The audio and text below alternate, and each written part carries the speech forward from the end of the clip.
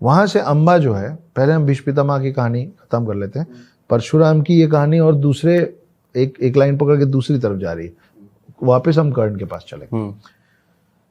तो भीष्म पितामह मना कर देते हैं, परशुराम हार चुके हैं। अंबा को अभी तक न्याय नहीं मिला है।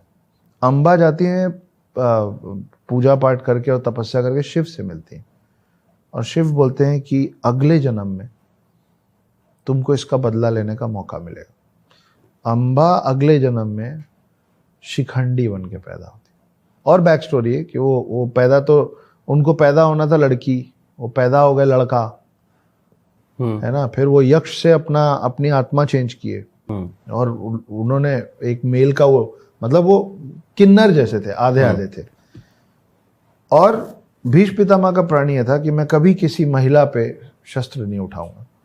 तो फाइनली अंबा जो शिखंडी के रूप में दोबारा पैदा हुई, वो भीष्म पितामह को पता था कि ये अंबा ही है और वो उसके ऊपर अस्त्र नहीं उठाना चाहते थे। तो शिखंडी के पीछे से छुप के शिखंडी को एज वेपन, मतलब एज शील्ड, कवच, हाँ, ढाल स्वरूप उपयोग करके फिर अर्जुन ने भीष्म पितामह को मारा। और उसमें शिखंडी के बिना वो पॉसिबल नहीं था। तो शिखंडी कारण बनी भीष्म पितामह को शयन शैया तक ले जाने की, तीर शैया तक ले जाने की। 51 दिन वो तीर शैया पे पड़े रहे और उसके बाद उन्होंने इच्छा मृत्यु से अपना शरीर त्यागा। ये कहानी शिखंडी की है जो कि अंबा थे। अब हम आ जाते हैं परशुराम हारने के बाद उन्होंने जो एक प्रण ले लिया था कि आज के बाद कभी क्षत्रियों को नहीं सिखाऊंगा। उनके साथ फिर एक और खेल होता है परशुराम के साथ। परशुराम ब्राह्मण को सबको सिखा रहे थे। एक बच्चा आया, वो बोला मैं ब्राह्मण हूं, मेरे को सिखा दीजिए। उन्होंने अपना शिष्य बना के रख लिया और वो बहुत गजब का सीख रहा था, मतलब बेस्ट प्रोडिजी बोलते हैं ना, बेस्ट शिष्य वैसा बन गया था, गजब सीख रहा था। तो एक दिन परशुराम दोपहर में खाना खा के उसकी गोद में सो गए।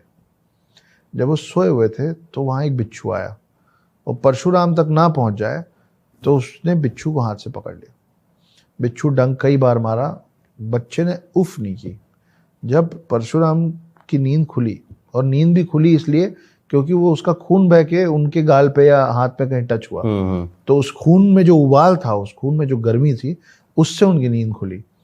और जब वो उठे तो उन्होंने बोला कि कोई ब्राह्मण, कोई सूत पुत्र, कोई भी और समुदाय में इतनी सहनशीलता नहीं होती कि वो इस तकलीफ को इतनी चुपचाप इसलिए झेल लें कि गुरु सोया हुआ है। तुम झूठ बोल रहे हो ना हो तुम क्षत्रिय हो। और तब वो बच्चा बोला कि